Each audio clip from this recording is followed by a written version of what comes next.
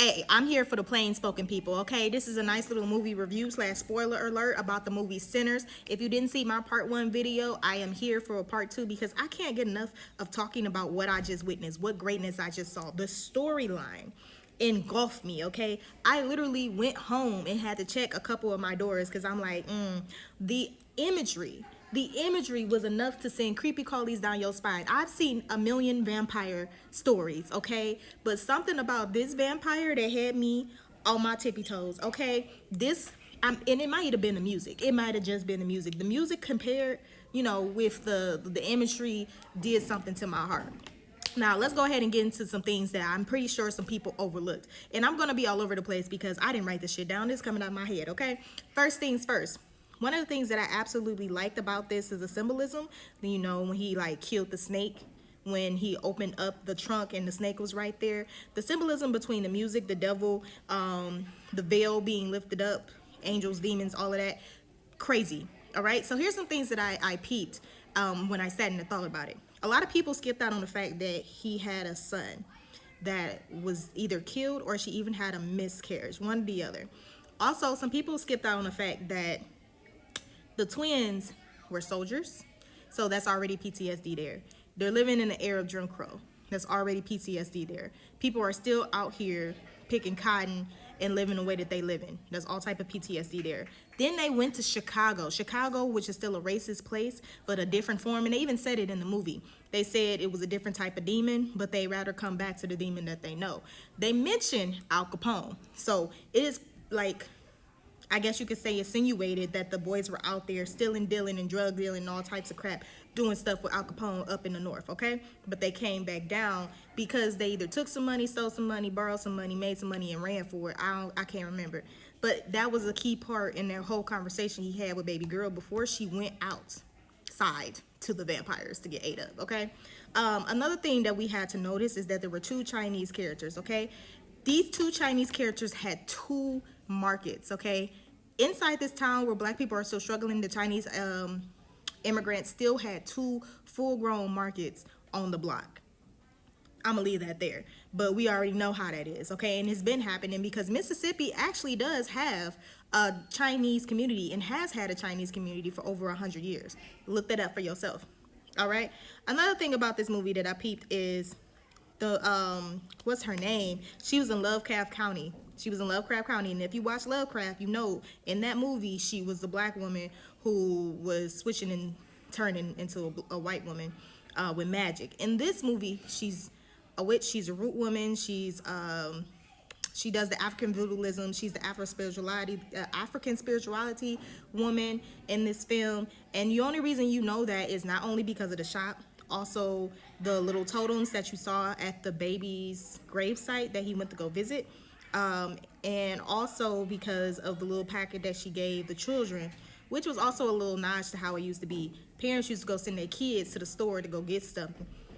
People used to go send their kids to the root woman to go get healing and medicine to bring back to their parents, okay?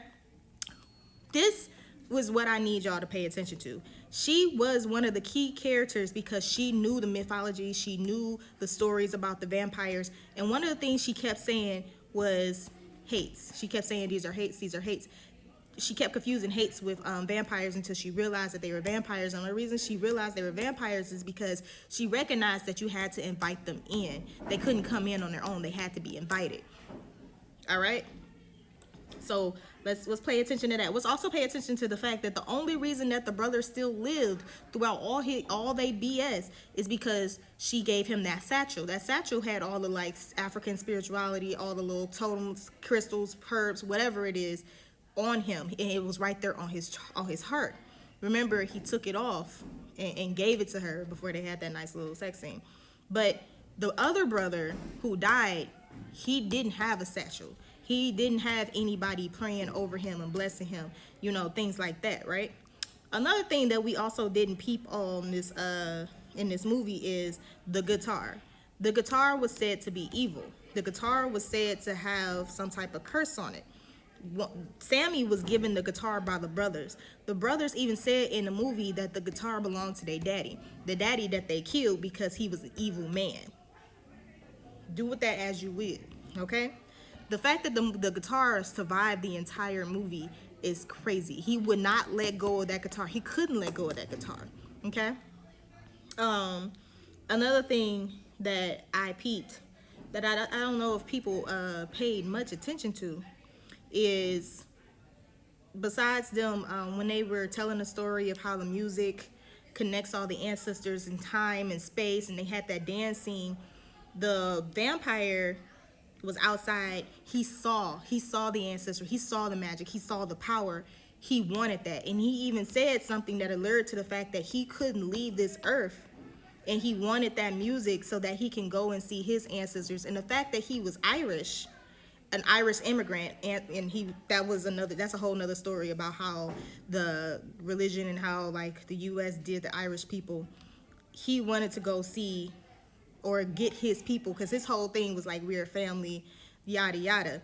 Another thing that we didn't peep is that although he turned all them people into vampires, she said in the movie that vampires was a different beast, because even after they're bit, after the person who bit them is killed, they can still go on and live their whole life. However, but when he was biting everybody and they was all in that circle and he was going around and they were dancing and stuff, and he was like, I have everybody's memories. He was able to control them or whatever. When he what was it? Yeah, he was able to control them or whatever. But when the twin killed baby girl, who was a witch, who was a healer, he actually really wanted her because he wanted her power, he wanted his sight, he wanted her gift. When he killed her before she was able to be turned fully, I think that actually either broke off something between the other twin and baby girl. I don't know, because they were able to run away.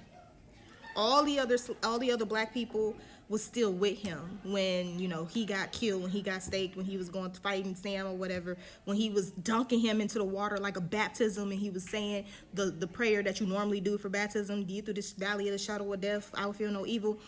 Also, we also peeped that the demon knew the scripture. The demon knew the scripture because it's always been known that even devils know the scripture. Lucifer, the angel of music, you know, he still knew the scripture. He still knew the prayers, okay? So they ain't really do nothing for him.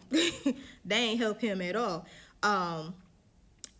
It was so much. It was so much. But yeah, the other twin who turned into a vampire, him and baby girl dipped before all of that happened. So for some reason, those two were able to have their own free will and dip off while everybody else was still following the person who turned them in the first place. It was crazy, right? I think there was something to it. I gotta rewatch the movie. Another thing that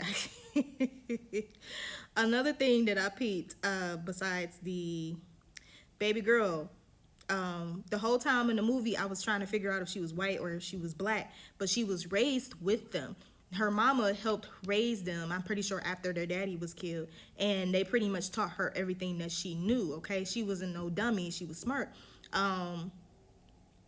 They kind of just allured to the fact that during those time periods, people were able to, you know, pretend to be white to get a better lifestyle, and that's what they wanted for her. He left not because he didn't love her, but because she was able to get herself a better life without him. And I think a lot of people probably skipped over that fact, that he actually did love her. He wasn't just out here playing the field, right? So that's how that was a love story that they ended up dying together and living together. That shit was crazy. It was so much. It was so much. Like when the preacher was telling the boy, you know, let the guitar go, let the guitar go, and he couldn't let it go. I found like that was crazy, because later on in the movie he got older and he still had that damn guitar. It was so much in this movie. Oh my God, like it was so much detail, it was so much symbolism, it was just so much between like just see the movie.